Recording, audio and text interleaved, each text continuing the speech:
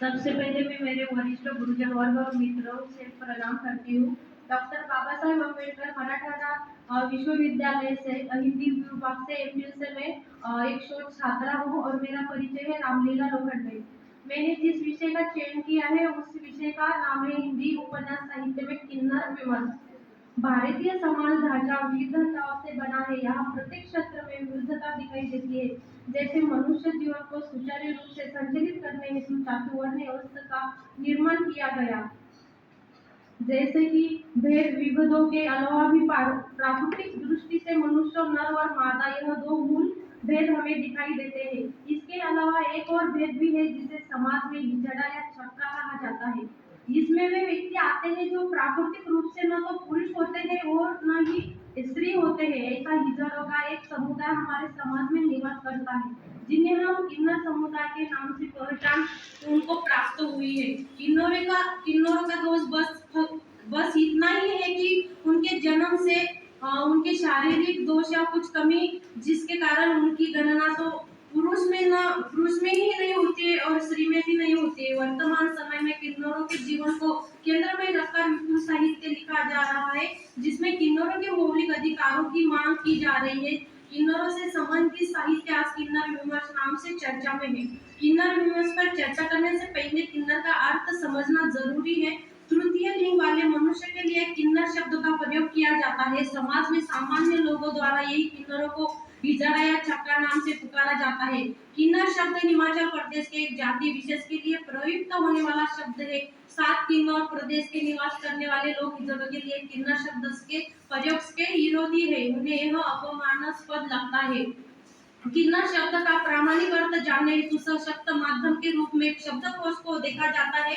विभिन्न विद्वानों ने किन्नर शब्द को परिभाषित करने का प्रयास किया है। बृहद संस्कृत हिंदी शब्दकोश के अनुसार बुरा या विस्कृत पुरुष पुरुनोक्त पुरुष जिसका सर घोड़े का हो तथा शरीर मनुष्य का कुबेर का विशेषण इस शब्द में दी गई परिभाषा को देखें तो इसमें किन्नर शब्द का तीन अर्थों में प्रयोग किया है। उर्दू हिंदी शब्दकोश को किन्नर शब्द के लिए दो शब्द का प्रयोग किया है। पहला आता है हानसरा तुर्की फारसी भाषा। यह शब्द पुल्लिंग के रूप में प्रयुक्त किया जाता है जिसका अर्थ रानियों के महलों की रखवाली करने वाला पुरुष, साथ ही ऐसा पुरुष जो स्त्रीयोक्ति गुणों से युक्त हो तथा जिसके पुरुष होने के बाद भी पुरुषत्व के गुण न हो। महल का रखवाला जनना हिजड़ा नरदारा सिंगड़ी। दूसरा आता है जनान अर्थात स्त्रियों जैसा शोभा वाला पुरुष नरदारा। खुली हिजड़ा स्त्रियों के योग्य अर्थात ऐसा गुण जो नरदारा जो जिसमें अर्थात नर अर्थात पुरुषों द्वारा अर्थात स्त्री दोनों के गुण विद्यमान हो तथा इसका स्वभाव स्त्रियों जैसा हो लेकिन प्रजनन करने में वह असमर्थ हो।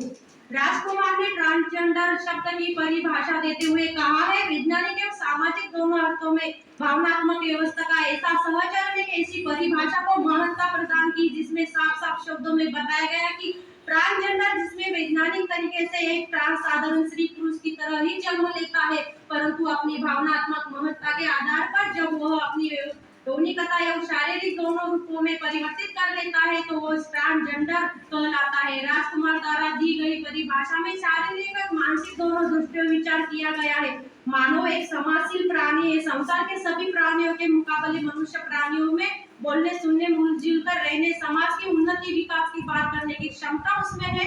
मानव के सह अस्तित्व के कारण ही समाज की उन्नति संभव है।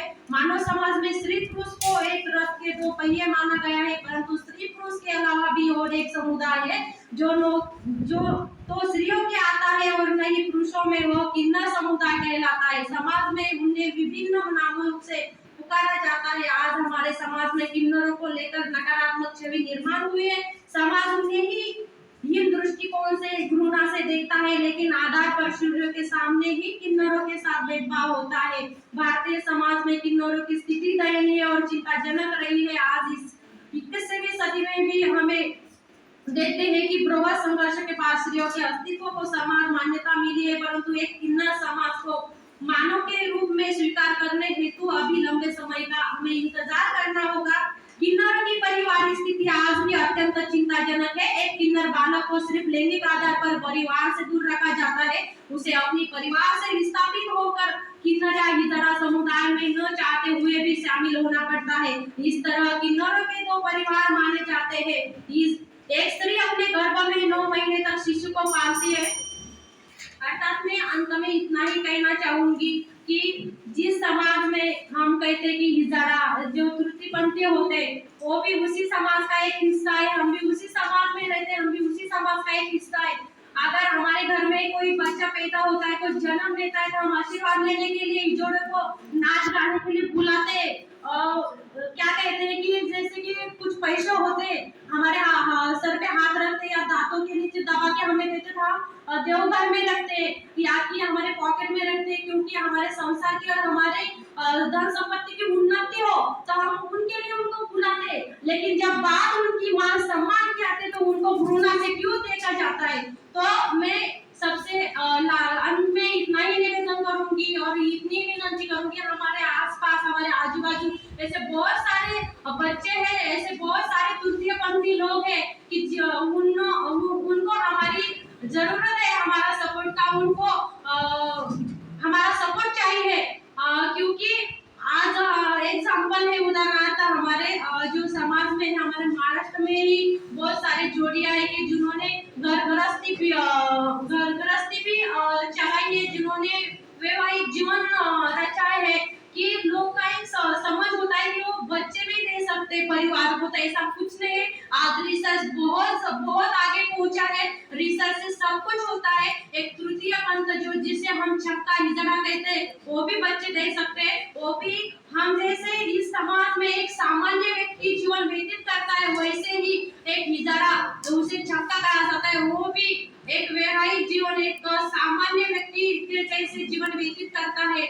मैं आपसे फिर से एक निवेदन करना चाहती हूँ अंत में कि उनको मान सम्मान दीजिए, उनका आदर कीजिए। हम जिस चीज के हकदार है वो भी इस समाज में उस चीज के हकदार है, उनको उनके हक के लिए